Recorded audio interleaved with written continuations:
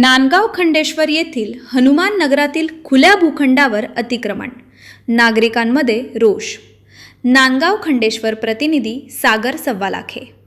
नांदगाव खंडेश्वर शहरातील 10 तोंडे लेआउटमध्ये खुल्या भूखंडामध्ये हनुमान मंदिर व लेआउटची विहीर आहे। मंदिराच्या भोवती खाली जागेवर एका व्यक्तीने अतिक्रमण केल्याचा आरोप येथील नागरिक करत आहे।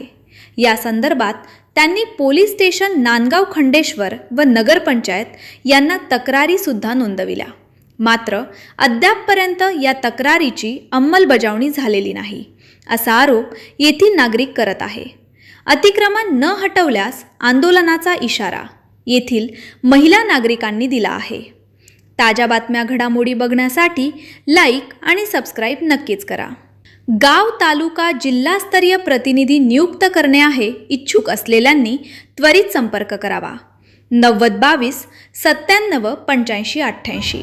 आणि शिवीगाळ करते खूप, म्हणते पेटून घेईन आणि तुमचं नाव टाकीन म्हणते, खूप त्रास देते। आली की सकाळी उठली की ताणे करण्याच्या धमक्या देते। हो, धमक्या देते। आम्ही बरेच वर्ष झाले या अतिक्रमण हटवण्यासाठी प्रयत्न करून राहिलो आणि नगरपंचायतला वारंवार तक्रारी दिल्या, पूर्ण सार्वजनिक तक्रारी दिल्या आणि पोलीस स्टेशनही काही दखल घेऊन नाही राहिलं त्याच्यात। त्यांनी ते पोलीस स्टेशनला सुद्धा तक्रारी दिल्यावर पोलीस स्टेशननं पण आजपर्यंत काही केलं नाही, नगरपंचायतनं पण आजपर्यंत काही केलं नाही। हे लवकरात लवकर हटवण्यात यावं। हनुमान नगरचं अतिक्रमण हटलंच पाहिजे। 10 तोंडे लेआउट हटलंच पाहिजे। त्यांचं हे बंद झालं पाहिजे, कारण नगरपंचायतनी तात्काळ याचं अतिक्रमण हटवलंच पाहिजे। 10 तोंडे लेआउट नांदगाव खंडेश्वर येथील हनुमान मंदिराजवळ अतिक्रमण केलेले आहे, ते हटवण्यासाठी आमची अशी विनंती आहे की हे हटवले पाहिजे। मुलांना खेळायसाठी ग्राउंड पण नाही आणि अजून काही आम्ही इथे असं एखादं प्लेग्राऊंड गार्डन वगैरे काही करू शकतो। आणि आम्ही कंप्लेंट दिलेली आहे, पण तरी काही एवढं लक्ष दिलेलं नाही। 1 वर्षापासून कार्यवाही काही केलेली नाही आहे। बरेच जणांनी, आम्ही कॉलनीवाल्यांनी सगळ्यांनी तक्रारी केल्या, पण कोणी ऐकलेले नाही आमचं। पण आता हे हटवण्यात आले पाहिजे। हो, दखल घेतलेली। यांच्या म्हणण्यानुसार यांनी नगरपंचायत व पोलीस स्टेशन मध्ये वारंवार तक्रार करून पण अजून देखील या गंभीर बाबीची यांनी दखल घेतली नाही आहे। आणखी महिला आहे आपल्या सोबत, त्यांच्याकडून जाणून घेऊया।